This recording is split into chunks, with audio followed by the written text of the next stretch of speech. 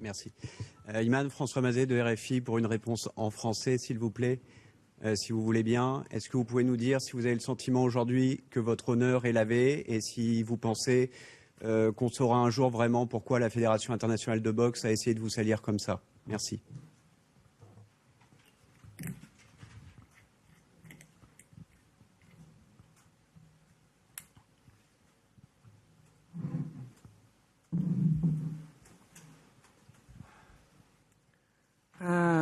I'm sorry, my French it's little. I can't speak. So I speak in Arabic after you can translate. Can you repeat the first question? Do you think your honor is cleaned today? Est-ce que vous pensez que votre honneur a été lavé par cette médaille?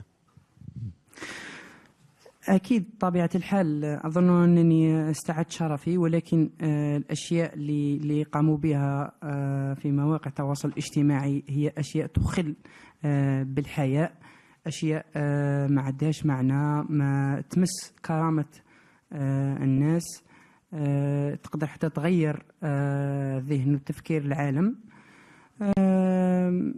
الحمد لله أنا قدرت نتجاوز هذه الفترة. بالنسبة للاتحاد الدولي للملاكمة أظن أنني من سنة 2018 وأنا أمارس الملاكمة مع الاتحاد الدولي للملاكمة إيبيا. هذا هو يعرفني جيدا، يعرف قدراتي، يعرفني أنه كيفاش كنت وكيفاش وليت.